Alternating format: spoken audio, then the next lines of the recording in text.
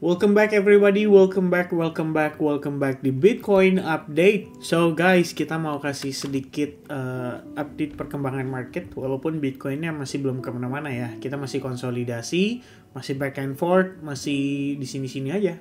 Nggak banyak pergerakan. Tapi semalam ada berita yang cukup menarik. Jadi ketegangan geopolitik kembali meningkat gara-gara Israel nyerang Qatar. Kemudian ada revisi data tenaga kerja yang sangat-sangat bombastis angkanya, yaitu minus atau negatif 900.000.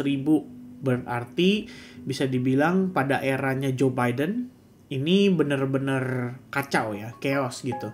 Datanya mungkin dibuat manis supaya orang bisa milih Kamala Harris lagi waktu itu, dan ternyata datanya benar-benar bobrok teman-teman sekalian ya. Dan ini krusial banget sebenarnya karena berhubungan dengan keputusan daripada FOMC pada minggu depan, dan itu artinya kemungkinan besar rate cut bisa jadi 3 kali dan ini bisa dorong liquidity. But at the same time ya, kalau misalkan kita bermain dengan api ya, ini kan sebenarnya ibarat kita pengen lihat kembang api, tapi kita harus nyalain apinya dulu kan. Nah, nyalain apinya ini ya, kalau misalkan terlalu berisiko juga ya berbahaya, malah bisa jadi kebakaran gitu. Nah, maksudnya apa? Maksudnya gini guys, kita udah mepet banget dengan situasi dimana kekhawatiran akan resesi itu bisa meletus ya. Yang menjadikan kondisi ini valid adalah dengan data tenaga kerja yang begitu parah. Itu aja sebenarnya ya, the biggest concern yang kita miliki sampai dengan saat ini. Nah, kalau kalian lihat ya, terlepas dari Bitcoin yang technically hanya konsolidasi, ya, I think I made the mistakes ya dengan mengatakan bahwa mengatakan bahwa ya ini udah breakdown gitu dari trend line, which is sebenarnya nggak salah ya. Kalau kita zoom out dan kita lihat ya on let's say the 1 hour time frame aja paling gampang. Ini tuh adalah sebuah trend line, sebuah pola ascending triangle pattern. At the same time, teman-teman juga bisa mengatakan bahwa ini adalah inverted head and shoulders pada perspektif time frame 4 jam ya. Sama teman-teman point of view-nya. Tapi yang jadi concern terbesar adalah market membentuk pola-pola ini dengan keadaan volatilitas yang cukup drastis ya dari segi range, tapi tidak dengan clear direction, tidak dengan clear impulsive move. Jadi kita tahu bahwa di sini situasinya adalah proses konsolidasi yang berkepanjangan. Jadi kalau saya hapus ini semua, saya tambahkan seperti ini, teman-teman akan lihat bahwa kita hanya stay di dalam range yang kecil aja. Ya, bisa jadi ngebentuk triangle baru, right? Mungkin kayak begini, possible teman-teman sekalian. Atau mungkin ya kamu bahkan bisa ngelihat ini kayak another ascending triangle pattern lagi gitu. Ya. Jadi intinya polanya jadi di mana-mana teman-teman. Karena apa? Karena sideways-nya terlalu besar range-nya. Ya, padahal kalau kayak gini, terus saya balik chartnya, mungkin teman-teman bisa mengatakan dengan confident bahwa ya kita ngelihat di sini ya bisa dibilang ya situasi kita udah oke, broken dari trend line. Dia ngebentuk descending triangle. Even though sekarang pun kita udah break dari trend line, tapi kalau di-adjust lagi kayak gini juga bisa teman-teman. Dan boleh gitu, gak jadi masalah. Karena ini sangat-sangat subjektif, perkara trend line itu very subjektif gitu ya. Setiap orang punya mata berbeda dan dia bisa ngelihat dengan bentukan yang baru gitu. Ya kan? Misalkan contoh kita bilang gini, oke, bukan gitu Vin, lebih ke let's say inverted head and shoulders gitu, atau head and shoulders. Ya benar juga tuh. Left shoulders, head, and then right shoulders. Jadi ribet kan teman-teman. Nah, gimana nih Vin menyikapinya kalau kondisinya kayak begini? Pertama teman-teman sekalian, oke, kita aware dengan Bitcoin breaking down dari trend line tersebut.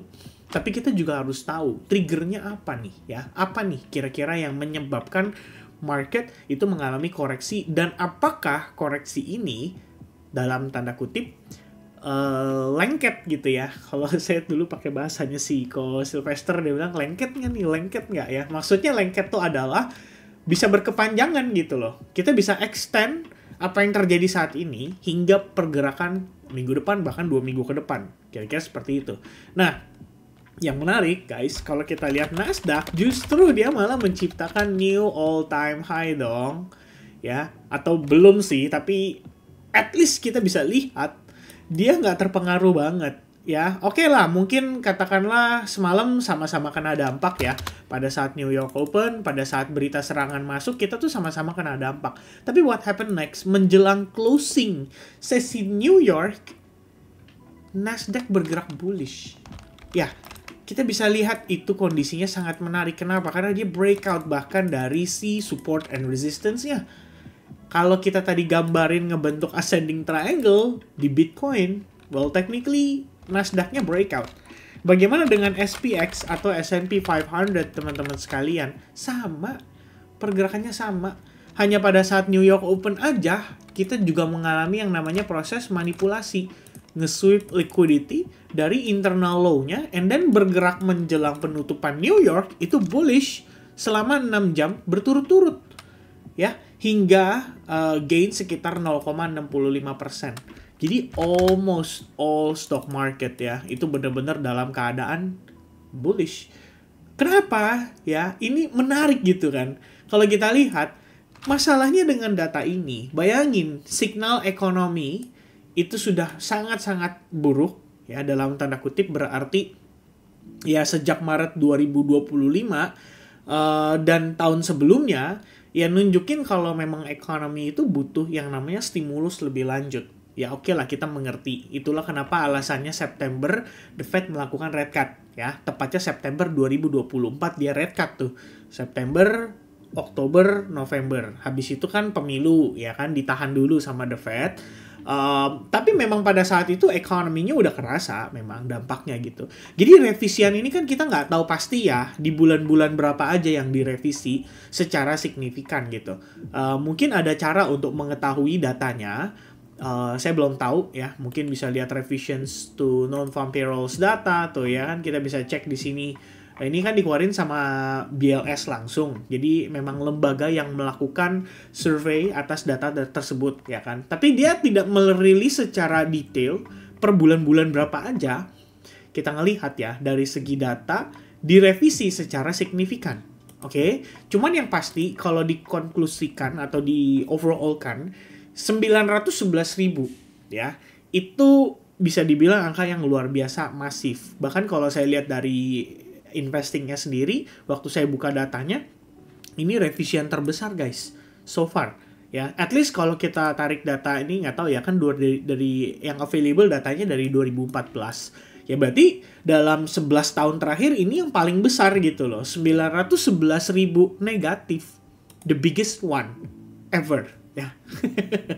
Ya ini jadi concern kan. Otomatis kita juga berpikir dong, kan harusnya kalau kayak gini kan harusnya negatif ya sentimennya teman-teman. Tapi S&P 500 bergerak bullish, Nasdaq juga sama bergerak bullish. Even better kalau kalian main di XAU US dollar atau gold juga sama, udah creating new all time high. Ya, at least cuma dalam hitungan cepet ya guys ya. Pop. Cuma dalam 11 hari dia naik 7,5%, $257 per troy ounce. This is very significant ya teman-teman sekalian. Apa sih yang bisa men-trigger ini? Sebenarnya jawabannya cukup sederhana sih. Hanya satu teman-teman, yaitu non-farm payroll yang di angka 22.000 ya. Jadi kalau kita lihat dari segi non-farm payroll juga ngedukung gitu. Ini kalau kamu lihat dia sejak meletus nih hari Jumat, itu udah up lagi sekitar 3,5%. Ya, sekitar $125. Dan apa yang menyebabkan itu terjadi? Jawabannya adalah terkait dengan suku bunga. XAU itu dari dulu memang sangat sensitif teman-teman sama suku bunga. Jadi kalau misalnya teman-teman ya tradingnya di XAU, dua yang kalian perhatikan, sentimen global sama sentimen geopolitik global sama yang namanya suku bunga. Udah dua itu aja ya. Itu yang paling krusial, paling signifikan untuk pergerakan XAU secara garis besar. Nah, dengan demikian ya, kalau kita kembali ke Bitcoin, makanya itu yang saya bilang tadi, jadinya ambigunya di sini gitu kan. Bahwa technically S&P 500 US equity doing just fine. Gak ada masalah sama sekali.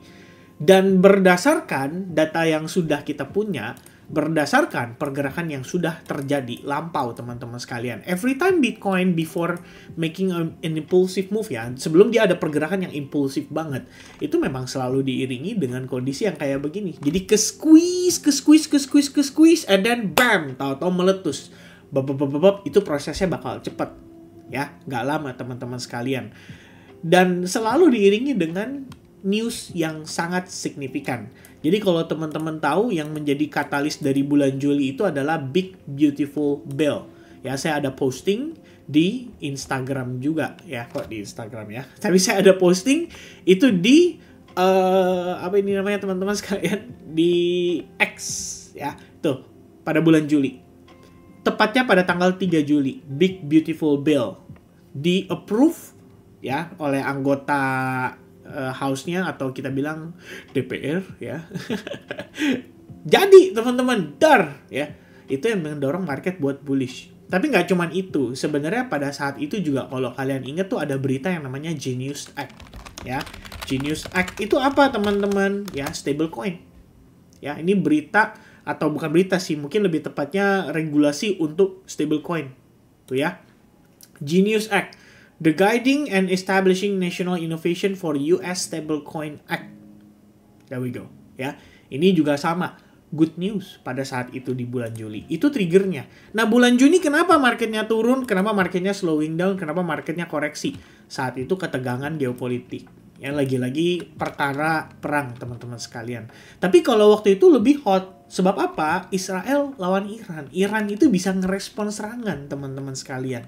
Ya, Iran itu bukan istilahnya negara pasif gitu kan kalau berkaitan dengan perang. Tapi bagaimana dengan Qatar? Qatar setahu saya tidak memiliki kekuatan militer yang dibanggakan, tidak memiliki kekuatan militer yang cukup kuat untuk membuat terjadinya eskalasi lebih lanjut. Mungkin Qatar hanya bisa, cuap-cuap aja ya, ini nggak jelas nih ya, masa gue diserang nggak ada apa-apa gini. Tapi nanti justifikasinya dari pihaknya, ya kita bisa bilang dari pihaknya Israel, dia bilang, kita karena ngebunuh senior Hamas. Ya, ini tahu kan senior Hamas itu berbahaya begini.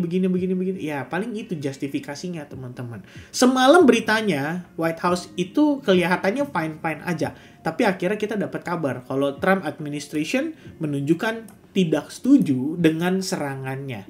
Ya, walaupun demikian tetap terjadi.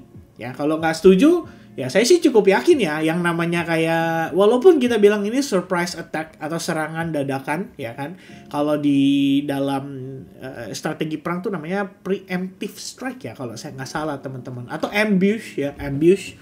Tapi kalau ambush lebih ke, misalnya kita dapat intel nih ya, wah harus serang tuh area itu gitu kan, begitu diserang ternyata di dalamnya udah ditongkrongin sama orang-orang siap nembakin balik kita gitu. Nah, itu di ambush. Tapi kalau misalkan kayak gini mungkin ya surprise attack udah cukup ya. Surprise attack dari Israel.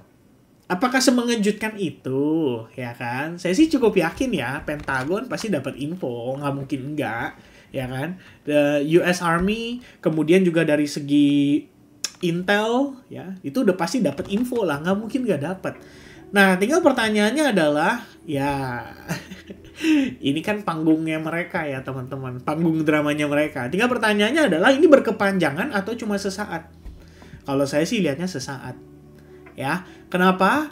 Karena nggak sehot itu ya di-compare dengan situasi yang mungkin dulu-dulu. Cuma yang menjadi masalah adalah kita bisa menjadikan ini sebagai suatu kondisi yang normal ke depannya, dan itu tentu saja tidak baik bagi ya manusia ya teman-teman sekalian ya. Artinya perang itu suatu saat nanti akan terjadi gitu.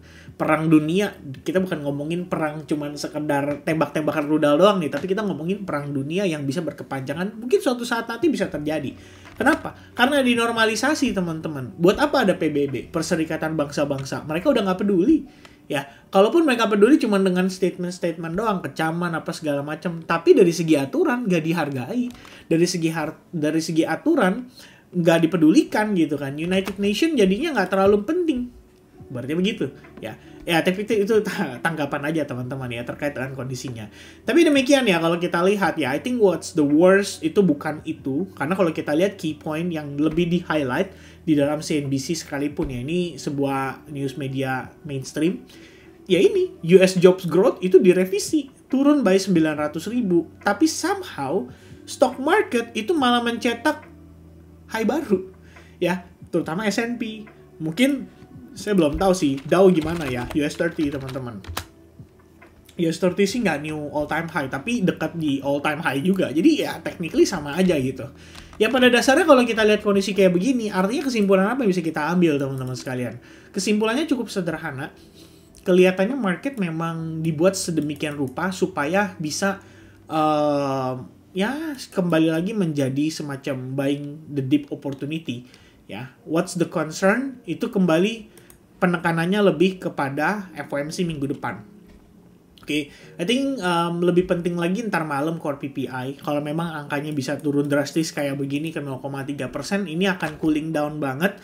Dan untuk yang besok lebih tepatnya, yaitu CPI, Inflation Report, kalau headline newsnya atau headline CPI-nya itu di 2,8%, ini saya nggak tahu ya kenapa konsensus mengatakan 2,9%. Apakah memang di sini sengaja membuat supaya nanti kalau keluar angkanya 2,8%, terkesannya konsensusnya itu salah dan artinya angkanya cenderung tidak terlalu terakselerasi.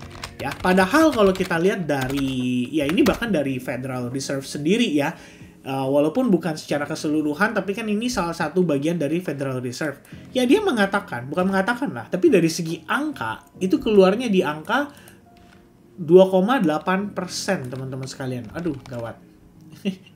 Bentar ya, saya ganti warna dulu. Pip. Nah, ini dia. Tapi 2,8%.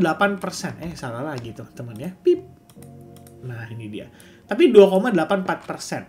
Sementara untuk core CPI-nya itu di 3,05%. Artinya ini kalau pembulatan ya, 3,1. Oke, ini kalau pembulatan nih 3,1% teman-teman sekalian. Ini kalau pembulatan karena 0,04 harusnya turunnya ke sini 2,8%. Nah, kalau 2,8% artinya ini meleset. Ya, 2,9 ternyata 2,8%. Kemudian yang ini 3,1 berarti tetap tidak naik tapi tetap. Ya, kalau kan kondisinya kayak gitu ya udah makin confident lah The Fed harusnya akan pangkas dan mengubah projection mereka menjadi 3 kali rate cut tahun ini. Dan itu bakalan cukup banget untuk jadi katalisnya market bullish. Dengan kondisi di mana Bitcoin saat ini hanya terkonsolidasi, tidak ada pergerakan secara signifikan. Nah, kalau kita lihat dari segi data ETF juga, memang ada indikasi ya kalau BlackRock itu mulai switching back ke Bitcoin. Ya, tapi harus diingat, masalahnya kan bukan BlackRock ya yang transaksi teman-teman. BlackRock itu memang iya dia transaksiin, tapi kan dia cuma nerusin mandatnya dari klien-kliennya mereka. Klien-klien mereka yang nentuin. Ya, tapi kita nggak tahu info apa yang dikasih sama BlackRock. Mungkin BlackRock bilang, Pak, Bu, kita udah waktunya boleh konsentrasi ke Bitcoin ya. Karena misalkan pada saat nanti market udah lebih yakin dengan sentimen-sentimen penting yang menjadi fundamental, jadi makroekonomi untuk jangka menengah itu akan lebih terkonsentrasi pada Bitcoin ketimbang dengan altcoins-nya. Oke, Pak, kalau gitu rebalancing. Mungkin kayak gitu guys kondisinya. Ya, tapi yang pasti kenapa saya tadi bilang di awal market itu lagi bingung, ya somehow terlihat ambigu.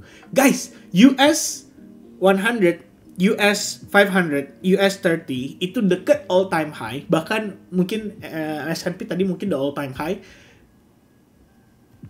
Rate cut probability-nya malah turun. Itu yang makanya saya bilang bingung, ya. Market aja nggak bisa nentuin ini gimana sih maksudnya gitu ya.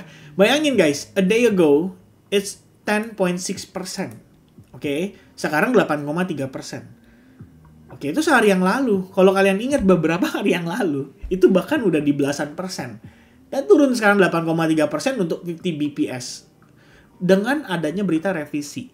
Ya, makanya tadi saya bilang, mungkin dianggap nggak terlalu penting. Alasannya adalah, ya karena kan ini di eranya Joe Biden, Pak. Biarin aja, berarti Joe Biden yang bisa dibilang kurang ajar, ya kan? Kenapa? Karena dia manipulasi datanya. Nah, sekarang kondisinya yang tetap kita perhatikan adalah kondisi terkini. Mungkin seperti itu, ya. Itu the main concern yang saya pikir kita perlu perhatikan gitu. Karena kalau kalian perhatikan baik-baik, ya ini sampai dengan Maret 2025. Ya, Januari, Februari, Maret 2025. Jadi spesifiknya kita nggak tahu. Ini kan bukan cuma 3 bulan ya, tapi kita tarik data kalau saya nggak salah 6 bulan yang terakhir. Ya, annual revision tuh kan, annual itu kan berarti tahunan ya, bukan 6 bulan lagi, berarti mungkin setahun terakhir ya.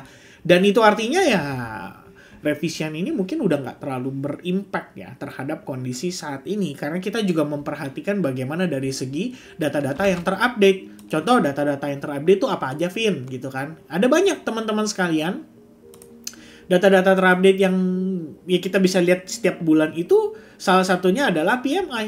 Ya, ini kan berbicara soal business confidence. Dan business confidence itu bertumbuh dengan cukup wajar. Ya, kita nggak bilang bagus banget, tapi kita nggak bilang jelek juga, malah wajar. Ya, dari segi PMI sendiri semuanya di atas 50, artinya nggak ada kontraksi. Manufaktur, non-manufaktur, service, semua di atas 50, tidak ada kontraksi. Consumer confidence bisa dibilang wajar. Retail sales juga month over month masih wajar angkanya. Nggak sampai negatif kayak waktu yang tempo hari gitu kan.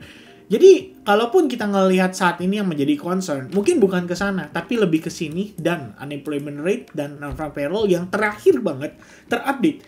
I think that's the biggest concern. That's why the Federal Reserve Fed Funds Market nggak terlalu berubah banyak, karena market nggak terlalu perhatiin soal revisian tersebut. Makanya kalau kita lihat revisinya ya tetap aja, walaupun headline newsnya ada, tapi kan kamu bisa cek dong. Dari segi impact aja di sini terhitung moderate, ya nggak terlalu signifikan banget efeknya terhadap pergerakan secara keseluruhan. So yeah, that's my opinion teman-teman sekalian ya. Terlepas dari kondisinya yang terjadi tadi malam, walaupun Bitcoinnya kalau kita lihat terkoreksi, somehow Nasdaq, S&P 500 dan juga US equity lah in general itu nunjukin kepada saya bahwa market itu sebenarnya technically masih dalam keadaan fine-fine aja. Mereka nggak terlalu panik yang gimana banget. Ya, saya juga nggak terlalu panik yang gimana banget. Karena bagi saya yang menakutkan itu bukan Bitcoinnya turun. Ya, jujur bagi saya yang menakutkan itu lebih kepada S&P 500 dan kawan-kawan. Ini yang lebih signifikan. Karena ini tolak ukur untuk risk on sentiment sampai dengan detik ini. Jadi kalau misalnya risk on sentiment secara keseluruhan, apalagi yang ngelit pergerakan secara masifnya itu turun, contohnya kayak begini ya, baru saya lebih khawatir, teman-teman sekalian. Ya, itu saya lebih khawatir. Jadi Bitcoin pada saat turun di bulan April, jujur ini lebih mengkhawatirkan. Karena efeknya lebih krusial. Tapi kalau kayak gini, saya cuma ngepikiran bahwa ini lagging aja sih. Ya, biasanya kalau yang udah-udah kondisinya kayak begitu, lagging. Yang penting risk on sentiment secara overall-nya masih baik, maka itu yang cukup teman-teman sekalian. Nah, kalau saya lihat sih, kembali lagi akan bergantung sama inflation report dan FOMC minggu depan. Makanya Bitcoin flat konsolidasi juga boring-boring aja gitu kan. Nah, nanti kalau teman-teman perhatiin ya, ada beberapa justru malah creating new all time high guys. Ini IP. Saya cukup menyesal ya. Pribadi sih menyesal dalam artian saya udah follow up dari bahkan dia baru kebentuk kayak begini. Ya, ini kalau teman-teman mampir nih, saya bawa Anda tur ke Discord sebentar ya. Nah, saya bawa Anda tur ke Discord sebentar. Nah, ini dia. Nih, teman-teman. Geser dulu kameranya dikit. Ya. Tutup dikit. Ya. Biar lebih kelihatan ya. Tuh, teman-teman. Sedih nggak? Sedih. Di tanggal 4 September. Nggak ada yang namanya, saya pribadi nih ya, nggak ada yang namanya official call. Tapi outlook-nya sesuai, sejalan. Ya untungnya sih kemarin saya tanya pada saat live streaming, ada nggak yang follow up outlook ini gitu? Ada, masih ada yang dapat profit, masih ada yang memanfaatkan dengan cukup baik. Apalagi dia udah breakout. Ya, pada saat dia breakout. Cuma saya kemarin aktivitas di luar, jadi nggak bisa ngelihat teman-teman, nggak bisa pantau. Terjadi breakout impulsif, dan kemudian dia rally, itu per sekitaran jam 6 sore. Tiba-tiba meletus. Dor, kenceng banget.